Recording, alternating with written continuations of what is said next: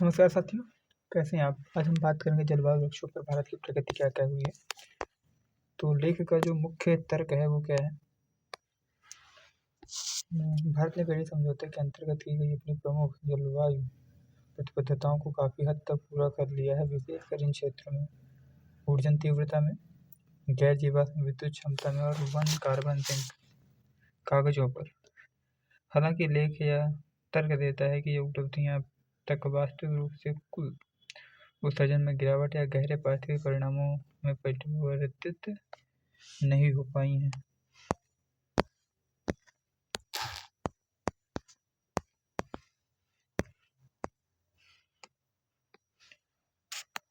अगले 5 वर्ष अत्यंत निर्णायक हैं, ताकि कागजों पर मौजूद आंकड़ों को वास्तविक जलवायु समय में बदला जा सके। पेरिस में भारत की जलवायु प्रतिबद्धताएं भारत के लक्ष्य साझी लेकिन विभेदित जिम्मेदारियों के सिद्धांत पर आधारित थे, जो यह मान्यता देता है कि भारत का ऐतिहासिक प्रति व्यक्ति उत्सर्जन कम रहा है।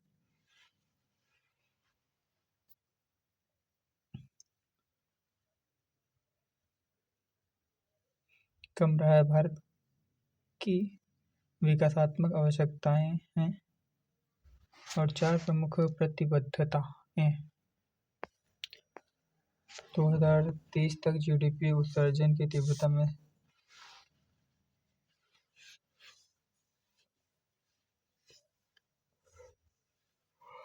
2040 गैर जीवाश्म ईंधन आधारित विद्युत क्षमता प्राप्त करना और 175 गीगावाट नवीकरणीय ऊर्जा स्थापित करना, 2.5 से 3 अरब टन कार्बन डाइऑक्साइड का वन कार्बन सिंक बनाना। ये लक्ष्य कुशल क्षमता और कार्बन अवशोषण से जुड़े थे, न कि कुल उत्सर्जन में प्रत्यक्ष कटौती थे।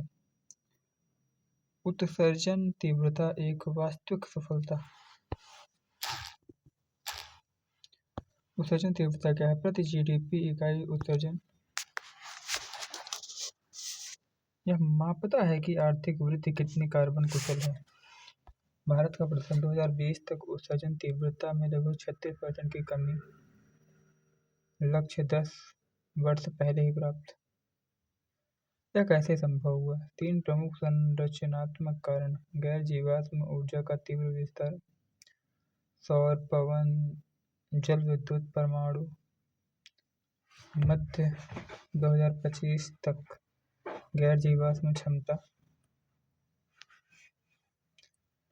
50% से अधिक। अर्थव्यवस्था में संरचनात्मक बदलाव,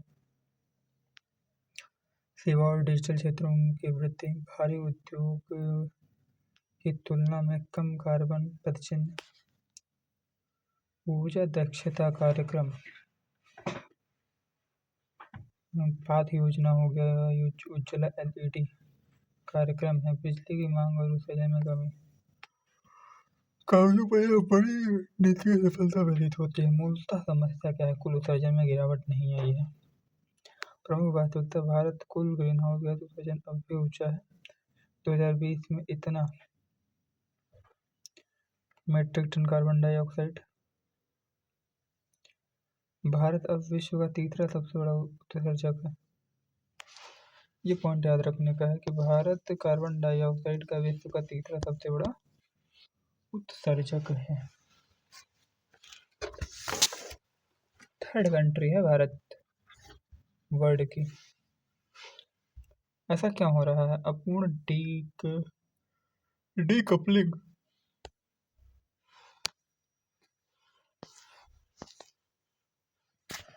जीडीपी उत्सर्जन से तेज बढ़ रहा है, इसलिए तीव्रता घटती है, लेकिन कुल उत्सर्जन बढ़ता रहा है। क्षेत्रीय वास्तविकता: विद्युत क्षेत्र की वृद्धि कुछ हद तक नियंत्रित, लेकिन उत्सर्जन बढ़ रहा है। सीमेंट, इस्पात, परिवहन, यहाँ तक कि अंतर्राष्ट्रीय ऊर्जा एजेंसी भी मानती हैं भारत की उत्सर्जन तीव्रता में गिरावट G20 देशों से तेज है। लेकिन कोयले का प्रभुत्व प्रति इकाई उत्सर्जन ऊंचा रखता है। भारत की 2070 नेट जीरो प्रतिज्ञा को विश्वसनीय बनाने के लिए तीव्रता में कमी को कुल उत्सर्जन में वास्तविक गिरावट में बदलना होगा। नवीकरणीय ऊर्जा क्षमता।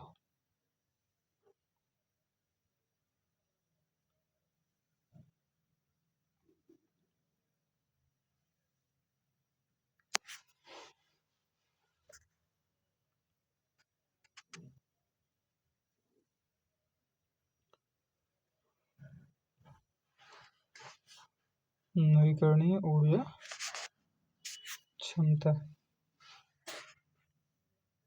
बनाम उत्पादन का अंतर। स्थापित क्षमता, लेकिन बिजली उत्पादन की तस्वीर अलग है। कोयला भी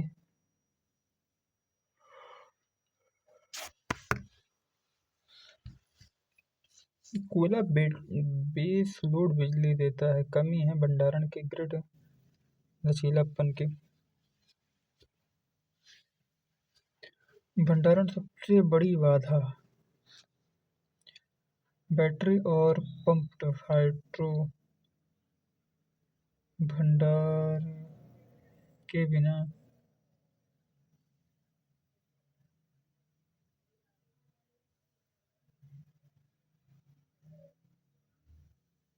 उत्सर्जन में वास्तविक गिरावट संभव नहीं। पन कार्बन सिंक आंकड़े बनाम पारिस्थितिकी आधिकारिक दावा। 2005 के बाद भारत ने 2.29 अरब टन कार्बन डाइऑक्साइड सिंक को जोड़ा है। किसके साथ बेवकूफ़ी कर रहे हैं हम स्वयं के साथ। कागजों पर ये वन बना रहे हैं, चूतियापंथी की हदें पार कर दी हैं। लक्ष्य पूरा करने के लिए केवल 0.2 अरब टन शेष है। ये भी कर दोगे, वन काटोगे और नए नए पेड़ लगा दोगे और उसे क्या गिन लोगे, वन की परिभाषा ही चेंज कर दोगे। तो ये सपना चलता रहता है। लेकिन लेख गंभीर चिंताएं उठाता है। परिभाषा की समस्या, वन आवरण। देखो यही बात है में शामिल है वृक्षारोपण, एकल प्रजाति यूकलिप्टस, चाय, आम के बागान, सड़क किनारे पेड़।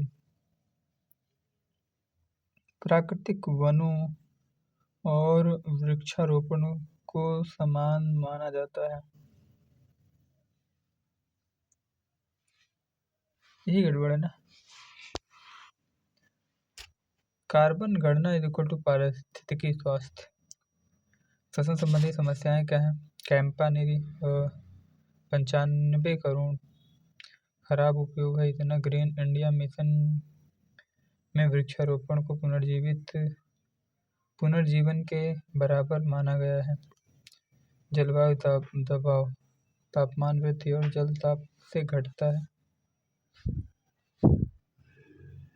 उत्पादकता। भारत संख्यात्मक रूप से लक्ष्य पूरा कर सकता है, लेकिन पारिस्थितिक रूप से नहीं। समग्र आकलन। भारत ने क्या हासिल किया है। उत्सर्जन तीव्रता में कमी लाई है। गैर जीवाश्म क्षमता लक्ष्य है और कार्बन सिंक लक्ष्य। क्या कमजोर है। कुल उत्सर्जन अब भी बढ़ रहा है।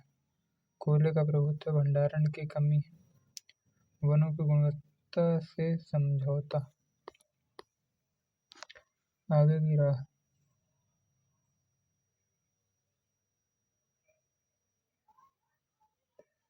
अगले 5 वर्षों में ध्यान केंद्रित करना होगा।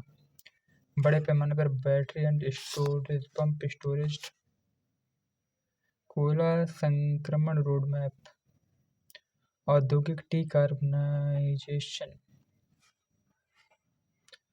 वन शासन सुधार और बेहतर डेटा पारदर्शिता। केवल तकनीकी और वित्त पर्याप्त नहीं, शासन और समन्वय निर्णायक है। ये सारी चीज़ें हम इसको देख सकते हैं, ठीक है, डिवीजन के तौर पे।